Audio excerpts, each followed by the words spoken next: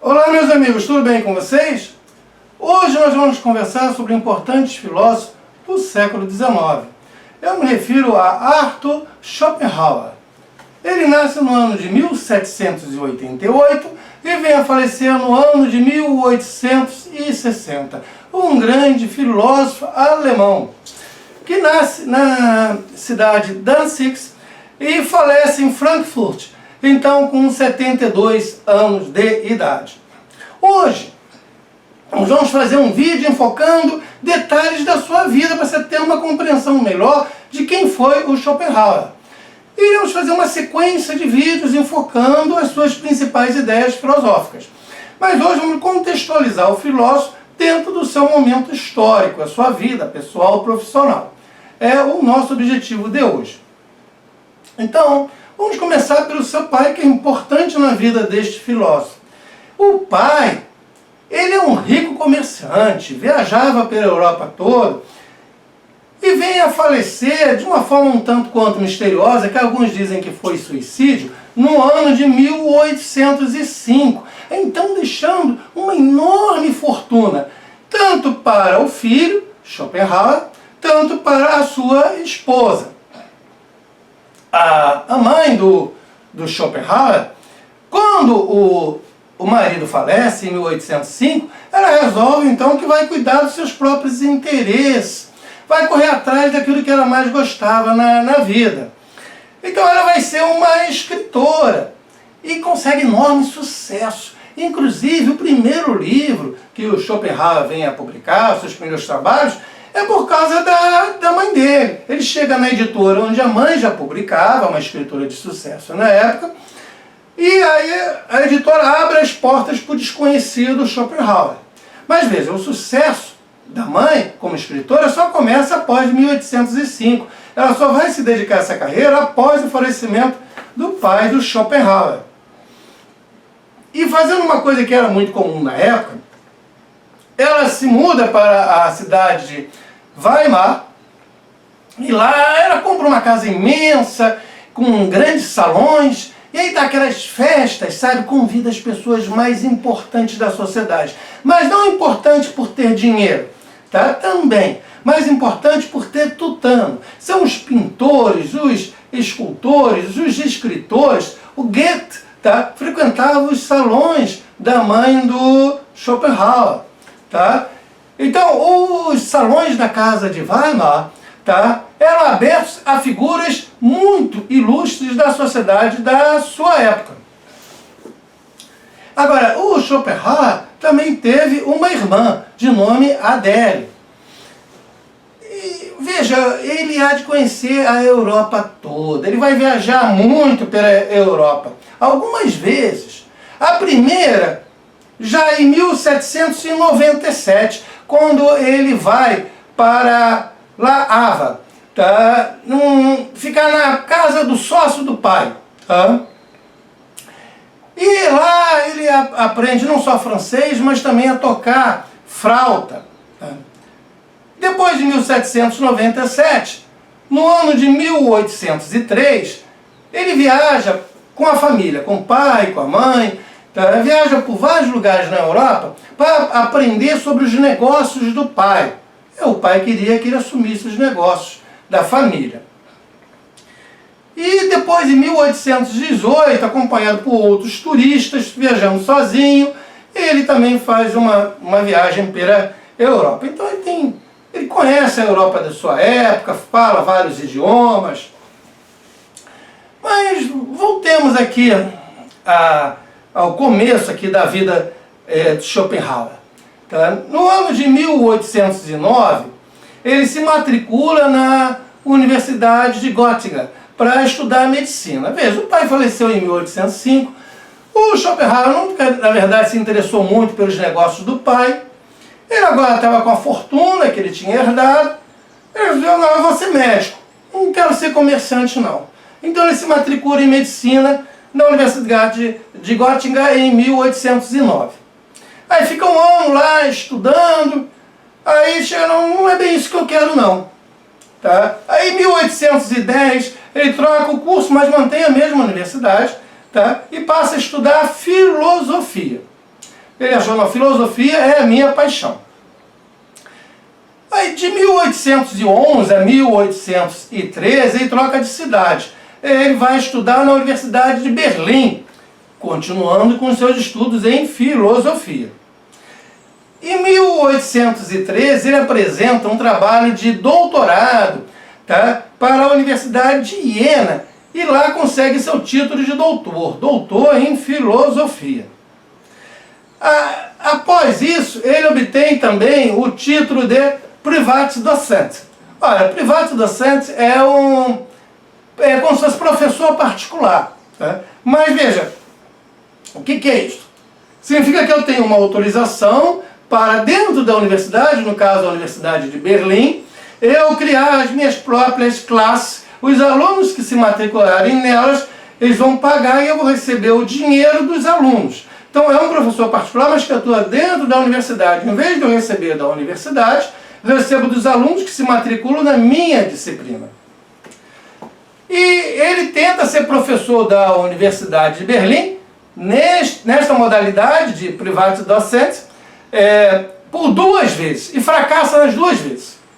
Ele tenta, entre o ano de 1820 a 1821, e novamente de 1825 a 1831. Ora, na primeira tentativa, em 1820, o Schopenhauer já tinha escrito o seu trabalho de doutorado. Aliás, excelente trabalho, considerado uma obra-prima para você estudar, tá? O trabalho do Schopenhauer. É uma das principais obras para você estudar o trabalho de Schopenhauer. Parece que todo o trabalho que depois ele desenvolveu já estava ali, os fundamentos nesse trabalho de doutorado. Já já eu falo dele para vocês. Mas ele achava, pô, eu escrevi o máximo, fiz o máximo. Então vou montar agora a minha classe para dar aula. Quem é o professor mais conhecido de toda a Alemanha? Ah, é o Hegel. Onde é que o Hegel dá aula? Na Universidade de Berlim. Beleza. Qual é o dia e o horário que o Hegel dá aula? Vou marcar a minha classe, o meu curso. Eu que sou um professor totalmente desconhecido, mas eu sou o Bambambam. No mesmo dia e no mesmo horário do professor mais conhecido do mundo inteiro, que é o Hegel. Beleza, tá? Vou esvaziar a classe do Hegel. Vou mostrar quem é que manda no pedaço. Resultado? Você pega a classe do Hegel com mais de 200 alunos e a classe do Schopenhauer no mesmo dia, no mesmo horário, na mesma universidade, com cerca de 4 alunos. Nem um pouco arrogante o nosso bichinho, né? Mas vamos lá. 1820 a 1821 foi um fracasso, ele não teve alunos. Aí desistiu. Não dá. Aí em 1825, 1831, ele tenta de novo. Só que em 31 há uma epidemia de cólera. E ele resolve então sair de Berlim por causa dessa epidemia de cólera, que foi a mesma epidemia de cólera que veio a vitimar o Hegel. O Hegel morreu de cólera nessa grande epidemia. Então ele sai da cidade de Berlim nesta época. Também não conseguiu alunos para a sua classe. Veja, é um erro. Eu vi muita gente afirmando isso aí na rede. Isso é um erro, tá? É um erro afirmar que o Schopenhauer foi aos poucos obtendo reconhecimento. Volta e meia tem alguém falar essa besteira. O Schopenhauer, ele publicou seus primeiros livros, não teve sucesso algum, tentou ser professor, não teve sucesso e foi aos pouquinhos obtendo reconhecimento. Falso. Escutou isso? O pessoal não sabe o que está falando, tá bom? Tá? Esse reconhecimento do Schopenhauer não veio aos pouquinhos, não foi gradativo, não foi no dia a dia conquistando espaço por espaço, não. Tá? Ele veio de modo abrupto, tá? Ele veio de modo totalmente inesperado. E tem uma data, 1851. Se você chegar em 1850 e dizer quem é Schopenhauer, não sei. Aí chega em 1852, quem é Schopenhauer? É aquele cara super famoso, eu vou lá na casa dele tirar uma foto com ele. Sim, virou peregrinação. As pessoas iam da Europa toda até a casa do Schopenhauer em Frankfurt para tirar foto, que já tinha máquina fotográfica, tirar foto com ele. Conhecer pessoalmente, eu vou conhecer o filósofo. Imagina você na época, Se você pudesse conhecer hoje o Sócrates, o Platão e o Aristóteles, você não ia lá viajar para conhecer? Você é o Platão, meu amigo, prazer! Você é o Sócrates, prazer! Era a mesma coisa. Schopenhauer, você poder conhecer um filósofo vivo, Schopenhauer. Mas quando ele se torna famoso? 1851. Até 1850 ele é um ilustre desconhecido. Tá? Então não foi aos poucos, foi inesperado, foi abrupto. E já vou explicar por quê. Até esta data, ele se mantém completamente isolado e no total desconhecimento de todo mundo. Tá? Você sabia que era Hegel? Tá bom, Hegel eu sei quem é. Schopenhauer eu nunca ouvi falar. Tá? Sua filosofia era busca inspiração e fundamentação em Platão e Kant. Lembra do Platão? Você tem o mundo das ideias, o mundo real, o Kant, o fenômeno, o número. Gente, tem um monte de vídeos aqui no canal, tanto pelo Platão, explicando a filosofia dele passo a passo, e a mesma coisa para o Kant. Depois dá uma olhada. Aqui eu não posso me ater a explicar a filosofia do Platão e do Kant, que eu preciso falar do Schopenhauer. E serão vários vídeos para falar sobre Schopenhauer. Mas vamos lá. Ele também se baseia nas religiões orientais. O caso, o budismo, o hinduísmo e também nos Upanishads. Aí, Upanishads, professor? Sim! Os textos sagrados hindus. Aqui no Ocidente nós não temos a Bíblia, sabe? A Bíblia com o povo judeu, a Bíblia judaico-cristã. Então, na Índia você tem os Upanishads, são textos sagrados das religiões ali presentes. Agora veja, o que este homem escreveu? Em vida, ele só escreveu 6 livros, só 6 livros, nada mais do que isto. Tá? Veja, ele escreveu, e temos um texto no nosso blog, são 2 blogs, onde você vai encontrar um texto sobre o Arthur Schopenhauer, onde eu vou listar as principais obras deles, você depois dá uma olhada lá se tiver interesse. Então, vamos pensar no primeiro livro que esse homem escreve e publica no ano de 1813. Claro, aquela tese de doutorado, que lhe deu o título de doutor em filosofia. Lembra que eu falei ainda há pouco? Uma obra muito importante. Sobre a quádrupla raiz do princípio da razão suficiente. Esse é o título bem pomposo, não? É uma obra importante. Se eu for estudar o Schopenhauer, é sério, como filósofo, vai ter de ler essa obra. Depois, no ano de 1819, ele publica O Mundo com Vontade e Representação. Um livrinho fino. Esse aqui, ó, só 430 páginas. Tá? Você encontra em português. O Mundo com Vontade e Representação. Principal obra de Arthur Schopenhauer. Tá? 1819. Ele acreditava que a sua obra ia torná-lo conhecido. Na verdade, ele acreditava que a sua primeira obra, sobre a quádrupla raiz do princípio da razão suficiente, de 1813, já seria o máximo. Tanto que depois da publicação disto, ele marcou, em 1820, aulas no mesmo horário das classes do Hegel, para tentar competir e mostrar o seu trabalho. Tá? E este aqui, 1819, quer dizer, um ano antes de marcar essas aulas, competindo com o Hegel, vem a formar o núcleo principal de sua filosofia. Tá? Nesses 2 trabalhos. Tanto que hoje você vai estudar na academia o Schopenhauer, é O Mundo com Vontade e Representação que você vai ler. Tá? Mas vamos lá. Sucesso? Nenhum. Sabe o que aconteceu com as 430 páginas? Depois de alguns anos, foram usadas como papel para embrulho. Eu não vendia na editora fazer o quê? Rasga e é papel para embrulho. Vende para isso. Aí na casa da mãe, aqueles salões abertos, ele conhece o Goethe. Tá? E o Goethe fala: ô Schopenhauer, que tal a gente se interessar pelas cores? Vamos fazer um tratado sobre as cores. E aí o Schopenhauer, influenciado pelo Goethe, ele escreve sobre a visão e as cores. E publica em 1816. Outro fracasso. E, finalmente, sua 5ª obra, em 1840, sobre os fundamentos da moral. Gente, nada disso vendeu. tá? Ele desconhecido, frustrado, tá? Ah, ninguém me quer, ninguém gosta de mim, vai morar em Frankfurt. Aí no ano de 1851, ele não parou de escrever, não? Aí ele pega tudo que ele escreveu, tá? Aforismos, texto sobre isso, texto sobre aquilo. Gente, uma bagunça, tá? Um pouquinho de cada coisa. Aí ele pega, eu vou montar um livro sobre isso, tá? Aí junta tudo. Aí veja, ele deve ter achado que 430 páginas é um livro fino. Ele faz um livro de 1.300 páginas.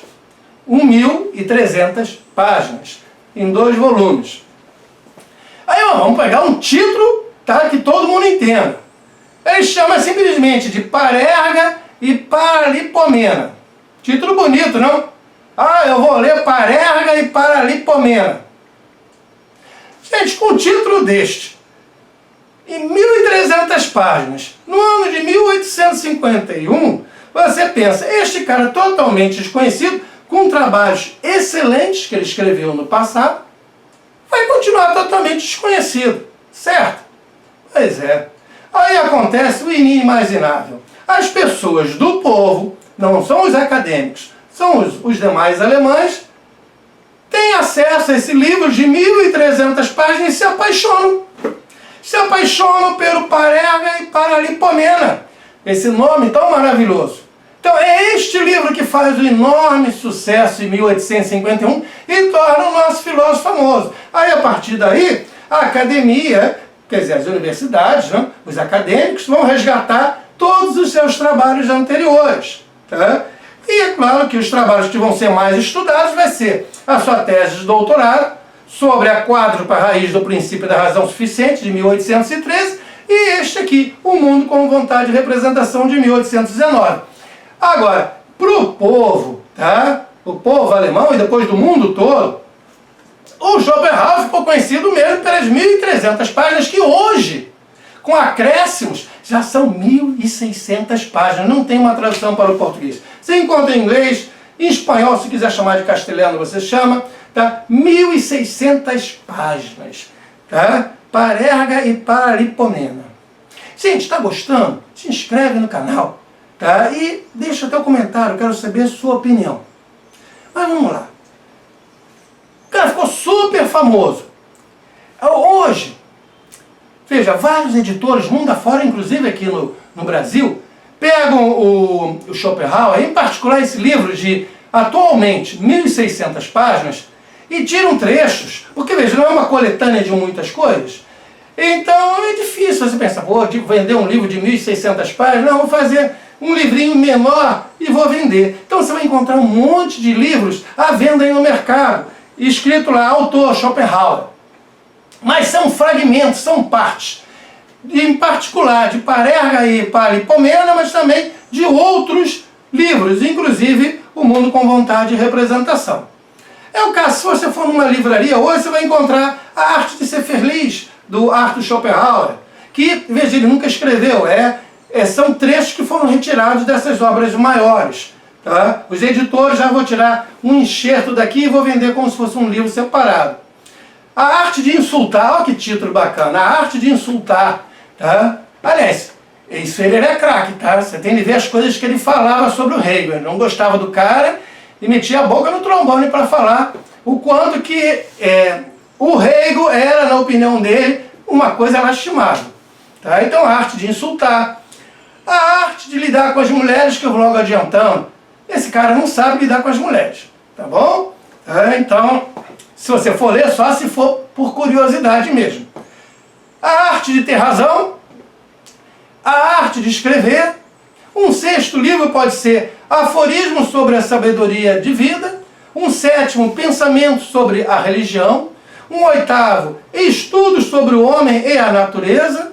Um nono, A Arte de Envelhecer. Um décimo livro, A Arte de Escutar. 11º, Sobre a Dor e o Sofrimento. 12º livro, tá? Sobre a Vontade Humana. E 13º, sobre Política e Sociedade. E há outros títulos. Porque, veja, um editor chega, se eu tirar o capítulo desse livro e um capítulo daquele outro de juntar, dá um teminha legal, vou ganhar um dinheiro vendendo isso.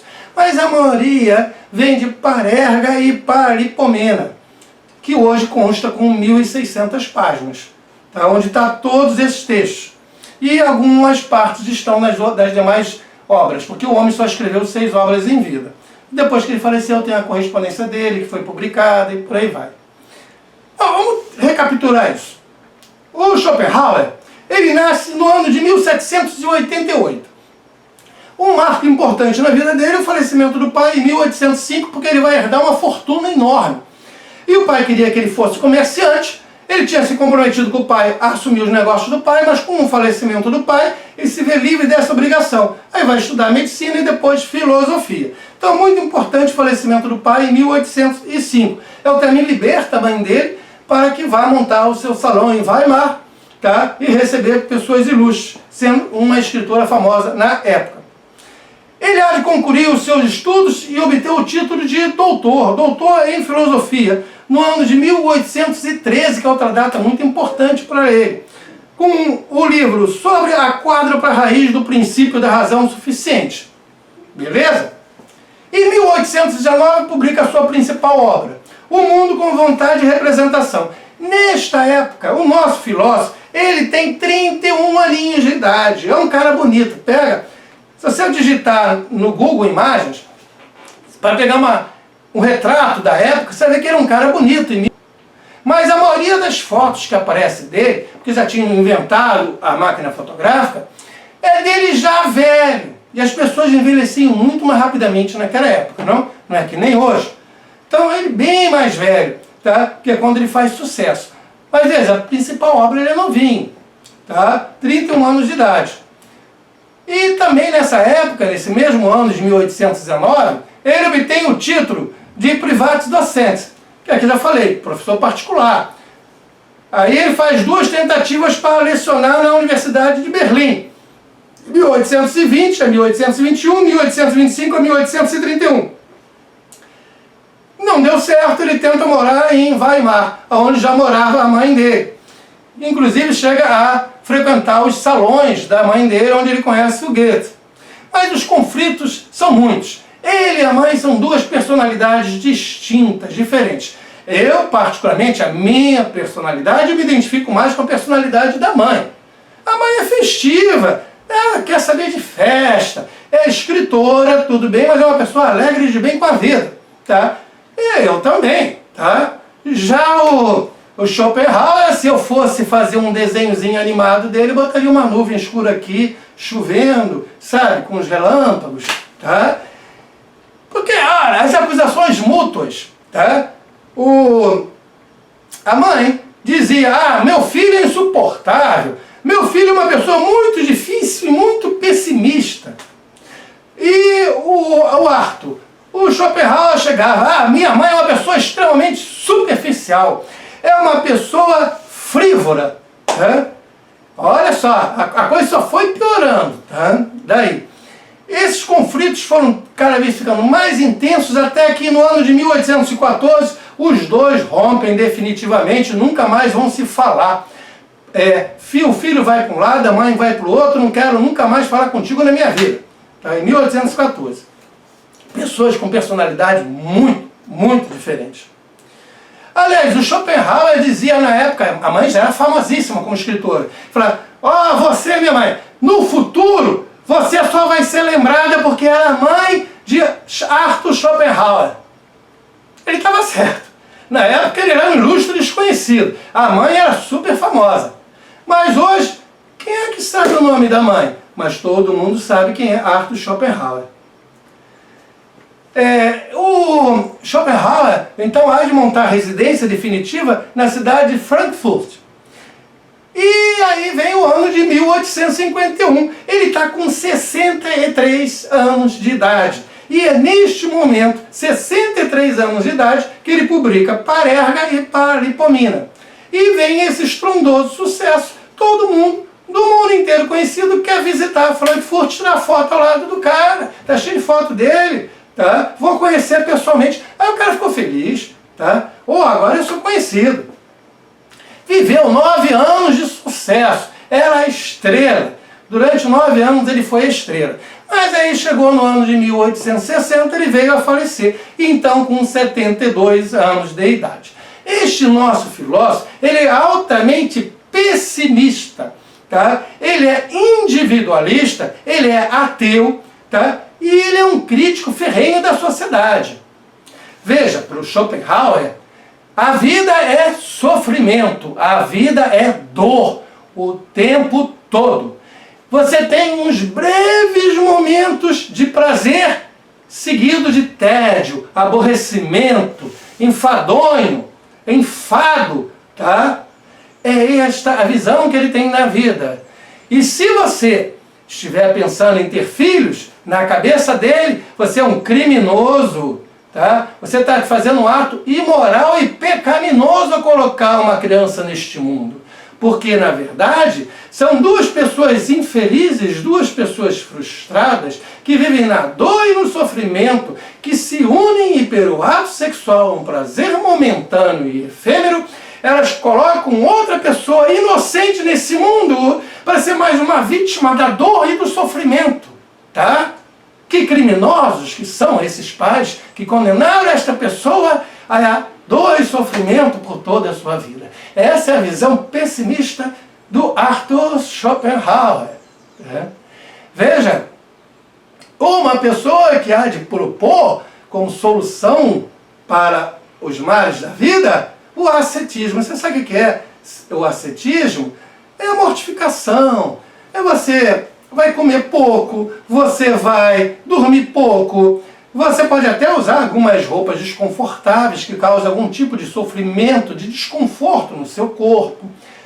Então, você vai negar os prazeres, você vai negar o desejo. Beleza, gente? Então, faça o que eu digo, não faça o que eu faço, porque a vida dele não foi isto. Tá? Em vez dele negar, por exemplo, os prazeres sexuais, eu falei que ele era um cara bonitinho, não falei? Não, ele quando jovem teve várias mulheres. Ele volta e meia subia no seu apartamento com alguma mulher, tá? Atividades sexuais geralmente de classe social inferior, tá? Porque havia muito essa questão da classe social na época, não? Ele quando sentava para comer, tem registro disso, ele ficava horas comendo até, sabe, ficar satisfeito, ele gostava de comer, dormia bem, tá? Em suma, ele não teve nenhum comportamento de ascetismo na vida dele. Inclusive, o ascetismo também está vinculado dentro da visão cristã, à humildade. Tá? Você ser humilde em relação aos demais. E não ser uma pessoa arrogante. E veja, ele brigou com a mãe, rompeu relações com a mãe. Tem uma cena na vida dele em que ele está subindo com uma mulher que ele, como eu falei, se relacionava com dançarinas, com várias pessoas de uma classe social considerada na época inferior. Ele está subindo com uma dessas mulheres jovens para o seu apartamento, onde vai ter uma atividade sexual com ela, e havia várias solteironas morando no prédio, que não tinham o que fazer, ficava ali bisbilhotando os outros, em particular o Schopenhauer, que era homem, solteiro, e subia com mulheres para o seu apartamento, na primeira metade do século XIX, olha só. Aí uma dessas velhas estava ali observando o cara, teve um bate-boca com o Schopenhauer que não gostou, ele não gostava de estar sendo observado. O cara é altamente pessimista, mal-humorado. Então nesse bate-boca ele jogou a mulher das escadas, a velhota, tá? Ela se machucou toda. Aí o Schopenhauer foi processado e foi condenado pelo juiz a pagar uma indenização vitalícia para a mulher. A mulher viveu durante 20 anos.